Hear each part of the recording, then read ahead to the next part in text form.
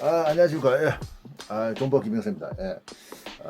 요새 막, 이게, 사실 뭐 주짓수 때문에 유튜브 구독자가 늘는 경우도 있는데, 사실 주짓수 동영상, 기술 동영상 좀 요새 못 찍고 있어요. 왜냐면 상황 자체가, 좀 상황 자체가 지금 이게, 이제 좀 찍을 만한 상황이 좀 잘 안 만들어져가지고, 동영상을 지금 못 찍고 있습니다. 아무튼 좀 여건이 되는 대로 동영상 찍도록 올리도록 하고, 아무튼 그 주짓수 기술을 보려고 하는 구독자분들이 좀 그런 부분 이해해 주세요. 그리고 좀 제가 얘기 이렇게 또 시사적인 얘기도 많이 한데 그것도 좀 좋은 뭐 좋게 들어주시기 바랍니다.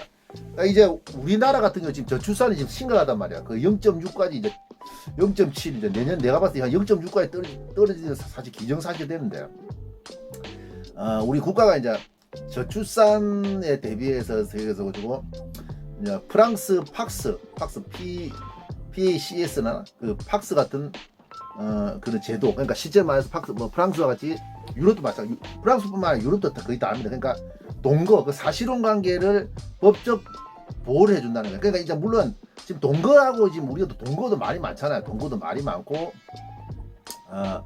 동거가 좀 말이 많고 지금 동거에 대해서 우리나라 좀 특히 한국, 중국, 일본 이렇게 동양권의 문화 같은 동거가 좀 부정적입니다. 그래서 부정적입니다.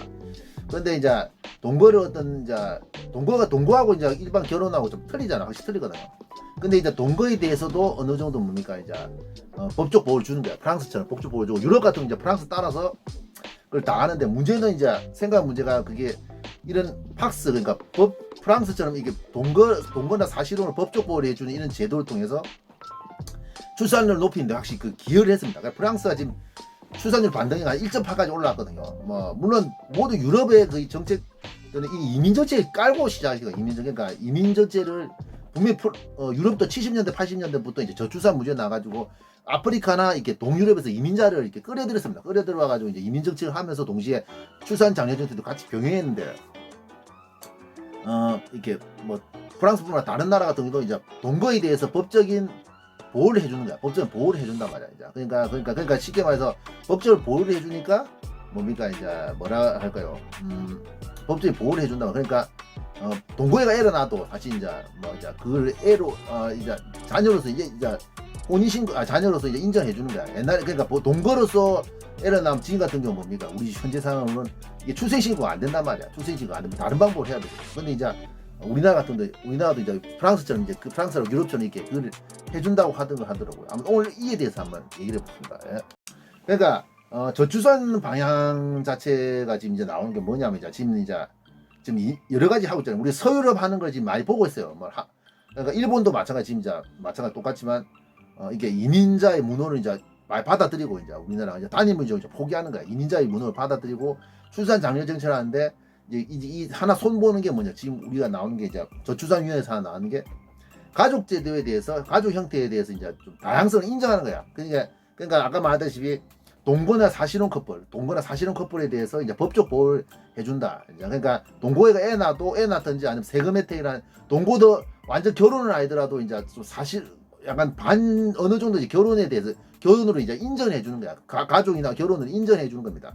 그래가지고 이제 애를 낳아도 출생 신고도 할 수 있고 동시에 뭐 법적인 보호도 어느 정도는 받을 수 있게 하는 거야. 물론 혼인신고의 정식 부부, 그러니까 법적인 부부하고는 약간 좀 차이는 있겠지만 어느 정도 동거 같은 것도 어느 정도 가족으로 인정하고 동거나 사실혼 같은 거를 가족으로 인정하고 뭡니까 법적인 제도나 장치 보호를 좀 어느 정도 받을 수가 있단 말이야. 그러니까 이혼은 뭡니까 이제 서유럽에 했던 것처럼 가족을 이제 다양화시켜 가지고 이제 출산율을 높이겠다 이런 거단 말이야. 그러니까 동거하면 아주 우리나라 현실상으로 동거나 사실혼 관계에서 애를 낳으면 애를 안 낳으려고 하는 게 사실 그런 겁니다. 뭡니까 이제 애 낳았더니 이제 이 사람이 출생신고도 못 하기 때문에 사실상 뭐 애를 낳을 필요가 없으니까 이제 출산율 높이기 위해서 옛날 서유럽이나 유서유럽이 했던 것처럼 우리나라도 이제 하려고 한단 말이야.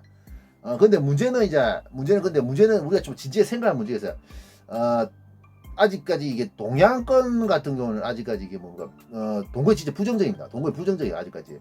그러니까 옛날에 2008년에 이제 옥탑방 고양이 그게 제가 지금 딱 20년 전입니다. 20년 전. 딱 20년 전이에요. 딱 20년 전. 그러니까 2003년도에 옥탑방 공연했을 때 그게 동거를 주제로 해서 이제 드라마 나왔거든요. 그 드라마를 제가 이제 그 드라마를 알고 있었는데 안 봤는데 그 당시에는 안 봤는데 제가 20대 때 안 봤는데 얼마 한 40대 초반쯤에 그걸 본 적이 있는데 그 해피엔딩으로 끝나가지고 뭐 동거가 좀 잘 된 거는 나는데 실제 현실 그 드라마 평 그때만 많이 나왔잖아요. 드라마는 그렇지 현실은 동거랑이 좀 위험하다. 그 당시 그러니까 04년대 제가 20년 전에 말 심야 토론도 이게 나왔는데 동거라는 게 아직 좀 좋지 않다. 부정적인 인식이 너무 많았단 말이야. 맞아요. 그 동거라는 그 옥탑방 공행도 이게 드라마라서 그렇지 그 당시 얘기로는 드라마나 상황이라서 그렇지 무조건 좋게 끝나는 거 아니다. 또 남녀 관계를 쉽게 생각하고 또 뭡니까 또 남녀 관계를 쉽게 생각하면서 이게 정상적인 남녀 관계를 쉽게 하고 성적으로 무난한 생활을 할 수 있다. 이래가지고 동거에 대해 부정적으로 생각하는데 지금 20년이 지났지 않습니까? 옛날 20년이 지나가지고 이제 출산율을 높이는 방향으로 이 동거를 이제 사실혼 같은 경우는 이제 법적으로 보호를 해주는 가족을 인정하고 법적으로 보호를 해주는 이런 방식을 취한단 말이야. 근데 두차 말하지만 이 동거라는 건 아직 우리나라 동양적인 이미지에서 아직도 20년이 지났지만 우리나라 특히 한중일 이런 같은 동거에 대해서 억수 부정적입니다. 진짜 저 남들 있는 눈앞에서야 뭐 여권 진작 운운하면서 와 동거해도 좋아 이렇게 큰 소리 뻥뻥 칠 수 있습니다. 하지만 내 마누라 내 여동생 일이라고 생각해 보십시오. 당장 생각이 달라진다고요. 그러면은 이성호 씨께서는 결혼 전에 100% 깨끗했다고 자신할 수 있으세요? 그럼요. 물론 몇 사람 사귄 사람도 있었습니다. 하지만 동거까지는 아니었습니다. 근데 어떻게 감히 여자가 어디서 동거라고 그것도 모자라서 뻔뻔하게 시집까지 오냐고요. 자, 진정하세요. 모든 남녀가 상대방의 과거를 다 알고 결혼하는 건 아니지 않습니까? 그냥 아무것도 몰랐다고 생각을 하시면 안 될까요? 모르는 게 약이라고요? 선생님, 저도 아무것도 몰랐으면 하는 심정입니다. 근데 이미 다 알아버렸는데 어떻게 예전처럼 삽니까? 게다가 회사에서 소문이 다 났어요. 근데 어떻게 이 여자랑 다시 같이 사냐고요? 예, 방금 지금 옛날 이게 20 그러니까 옥탑방 고양이 그 드라마 나왔을 때 드라마 나올 때 비슷한 시기에 이 사랑과 전쟁 이 드라마가 또 이 사랑과 전쟁이 이 동거 문제로 해서 이 이혼까지 오는 이 부부가 나오는 이 상황이 지금 방금 봤거든요. 그러니까 그만큼 얘네 20년 전에 동거에 대해서 좀 부정적이었단 말이에요. 부정적이었어. 그러니까 저도 이게 좀 우려를 하는 게 그런 거예요. 과연 이 법적으로 이 동거를 좀 법적으로 좀 보호를 해주는 가족을 인정하고 보호를 받을 수 있는데 문제는 그걸 우리나라가 좀 받아들이기에는 아주 시간이 더 걸리지 않느냐 이런 거야. 우리나라가 확실히 아직도 보수적입니다. 방금 봤던 드라마가 20년 전인데 20년 전에 사랑과 전쟁 동거 남녀가 196화인데 그 뭐냐면 이제 지금 그 문제는 이제 지금 20년 전도 그렇고 지금 20년 전 그래도 또 마찬가지고 지금도 마찬가지 동거에 대해서 부정적이다 말. 그래 이 정책도 어떻게 보면 저출산에 대한 그 하나의 뭐 해결책 중에 하나로서 이걸 사용을 하려고 하는데 이 동거를 이게 법적 동거 같은 경우는 이제 법적 보호 동거나 사실혼을 법적 보호를 하는 이거 법적 보호를 하는 이런 정책을 통해서 출산율 높이려고 하는 이런 건데 모르겠어요. 지금 우리나라는 아직은 좀 이게 좀 두고 봐야 돼요. 저는 그렇게 생각해요. 뭐냐면 유럽 같은 경우는 확실히 통계적으로 나와도 그게 보통 이제 사실혼이나 동거라든지 뭐 이렇게 비정상적인 가정들 그러니까 정상적이지 못한 그러니까 법적으로 정상적이지 못한 가정에서 출산 나온 사람이 한 20-30% 됩니다. 이게 좀 상당히 많아요. 그러니까 뭐 편모라든지 편부에서 나온 사람. 그러니까 요새는 뭐 허수경 씨 알죠? 허수경 씨. 예전에 연예인 그 MC 허수경 씨 같이 이렇게 정자를 기증받아가지고 애 낳는 이런 경우도 있거든요. 아니면 이제 대리모 동원해가지고 이제 애를 가질 수도 있잖아. 남자 같은 대리모 동원해서 애를 가질 수 있고 여자 같은 경우는 이제 정자를 기증받아가 애를 낳아. 그러니까 편모나 편부를 통해서 이제 애를 이렇게 가지는 경우도 이제 그게 유럽 같은 그는 많고 또 동시에 뭡니까 동거애가 애 낳는 경우도 많단 말이야. 그러니까 그게 전체 출산이 한 20% 30% 되거든. 서양 같은 거 맞아요. 그게 뭐 틀립니다. 뭐 최대한 50%가 40%도 나오는 경우도 있는데 그게 분명히 통계로 나왔어요. 유럽 같은 경우 그런 게 그러니까 정상적이지 못한 그러니까 지금 일반적으로 정상적이지 못한 가정에서도 이게 출산이 나온단 말이야. 그게 근데 우리나라 그 인정하려는 데는 좀 시간이 많이 걸리지 않을까 이런 거 생각이 확실히 들거든요. 그리고 지금 분명한 건 이제 이게 자리 정착을 하는데 시간이 많이 걸리는데 분명히 동양권은 분명히 우리나라도 보수입니다. 그래서 그게 분명히 맞다고 뭐 우리가 가정상으로는 마찬가지다. 우리가 지금도 마찬가지입니다. 우리도 어릴 때도 기억이 나는데 뭐 개부 밑에 자랐다, 계모 밑에 자랐다. 뭐 홀어머니 밑에 자랐다, 홀아버지 밑에 자랐다 이런 거잖아요. 좀 사람들이 친구들끼리 약 올리는 그런 놀림감이 되는 게 얼마나 사실이란 말이야. 그러니까 그런 정상적이지 못한 가정에서 자란 사람이 좀 트라우마가 있다고. 트라우마가 있고 또 그런 거 자체 숨겼지. 왜냐면 사람들이 녹을린단 말이야. 정말 저거 아버지 뭐 새아버지다. 뭐 정말 저거 어머니 뭐 새아빠다. 저거 어머니 새엄마다. 정말 뭐 저거 아버지 없다. 뭐 아버지 도망갔다. 저 홀어머니에서 자란다. 홀 아버지한테 자란다. 뭐 이런 식으로 약 올리는 데 때문에 아이도 그 정상되지 못한 가정이 자란 것 자체가 좀 이게 우리나라 같은 경우 아이도 이게 좀 문제가 많아요. 문제가 많아요. 근데 이게 확실히 저는 그렇게 생각하거든요. 아직 이게 좀 정착하려면 좀 시간이 많이 걸릴 것 같고 또 문제는 이 지금 현재 우리 자족제도 그러니까 가족제도는 가정제도 이런 것 자체 과정의 그 관념 자체가 지금 아주 보수적입니다. 우리나라 진짜 보수적입니다. 그러니까 억수 보수적이에요. 진짜 보수적입니다. 그러니까 현대 이게 세상의 그 세태나 흐름하고 약간 안 맞단 말이야. 안 맞단 말이야. 근데 이제 사람들이 이제 유럽도 마찬가지로 우리 현재 상도 사람들이 이제 동거를 자꾸 택하는 이 젊은 사람도 좀 이해를 하는 부분도 있습니다. 이해를 하면 왜냐면 정식 결혼을 해가지고 잘못돼 버리면 그게 완전 그 파장이 진짜 만만치 않단 말이야. 솔직히 그 말도 맞아요. 결혼 실패하면 인생 패가망신한다. 솔직히 그 말도 맞단 말이야. 그거 진짜 봤거든요, 실제로. 뭐 요새 같은 경우는 뭐 이혼이 너무 많단 말이야.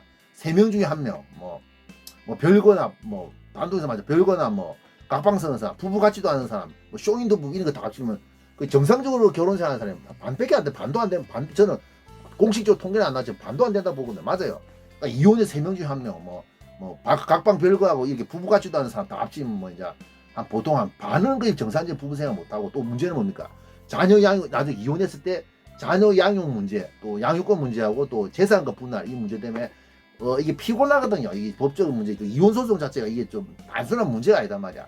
정말 복잡하고 이혼한 사람들이 요새 주위에서 말 그러니까 너무 복잡하니까 결혼하고 나서 혼인신고 안 하고 일부러 혼인신고 애 낳을 때까지 혼인신고를 안 한 사람도 요새 좀 많이 봤습니다. 많이 봤고 요새 또 이혼한 사람 많이 봤고 동시에 뭡니까? 요새는 또 결혼 실패했고 해가 실패했다든지 아니면 부부 같지도 않은 이런 사람들 봤는데 그것도 사는 거 보면 진짜 처참하단 말이야. 그러니까 뭐 아까 말했듯이 그런 뭐 파장 이렇게 결혼을 실패해서 이혼했을 때 그런 파장 이런 거나 피해 이런 거 자체 최소화하기 위해서 그냥 자녀 때문에 그냥 마지못해 산다. 뭐 이런 사람도 봤거든요. 각방 쓰면서 그 부부 같지도 않은 이런 사람 봤는데. 그러니까 살이 뭡니까 요새. 그러니까 요새는 이제 결혼이 옛날에 막상 참고 살자. 우리 부모 세대가 참고 살자. 그냥 자식 때문에 참고 살자 이런 게 있는데 그게 이제 아니기 때문에 요새 같은 경우는. 그러니까 요새 동거가 사실 많아진 건 사실인데 막 요새 같은 추세 자체가. 근데 문제는 이 동거에 대해서 아직까지도 우리나라 사람들 부정적입니다. 억수 부정적이에요. 아직도 부정적이에요. 요새 동거하는 사람 주위에 좀 보긴 봐요. 옛날에도 뭐 편의점 알바 이런 거 하면 밤에 야간 알바하고 있으면 뭡니까 남녀가 그 잠옷참이 비슷하게 그걸 같이 걸어 들어오는 것들 뭐 동거하는 사람들 말이야. 맞단 말이야. 근데 동거 이런 것도 보면 근데 문제는 아무튼 저는 그렇게 생각해요. 우리나라가 아직 이런 것 자체를 그런 동거를 아직 그 혼인으로 유럽처럼 혼인으로 받아들이기에는 아직 한 20년 정도 잡아야 되지 않을까 이런 생각이 듭니다. 맞아요. 그걸 받아들이기는 아직 시간이 좀 멀은 거 많이 걸릴 것 같아요. 우리가 특히 동양권은 더 그래요. 더 보수적이기 때문에 한국이나 사회도 보수이기 때문에 그런 것 자체 시간이 확실히 많이 걸릴 거라고 생각해요. 맞아요. 그래 아무튼 저출산 대책으로 지금 저출산 때문에 이제 우리나라 국가 속된 말 좀 위험하잖아. 발등에 불이 떨어졌거든요. 발등에 불이 떨어졌단 말이야. 그냥 저출산 정책이 오만 거 다 나오는데 아무튼 저는 그렇게 생각합니다. 이번에 이제 그 저출산위원회가 확실히 확정된 건 아니지만 이걸 가지고 나서요. 프랑스와 비슷하게 이제 사실혼이나 동거에 대해서 법적 보호를 주는 거. 그런데 문제는 저는 이거 자체 확실히 좀 우리가 또 동거나 사실혼을 법적인 걸 아니고 정식으로 이렇게 진정으로 받아들이기까지는 좀 이게 시간이 걸리지 않을까 이런 생각이 듭니다. 이상입니다.